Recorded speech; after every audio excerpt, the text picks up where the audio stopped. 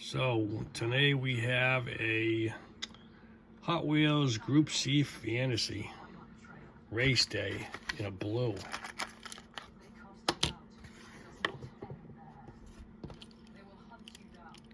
Very nice, very nice.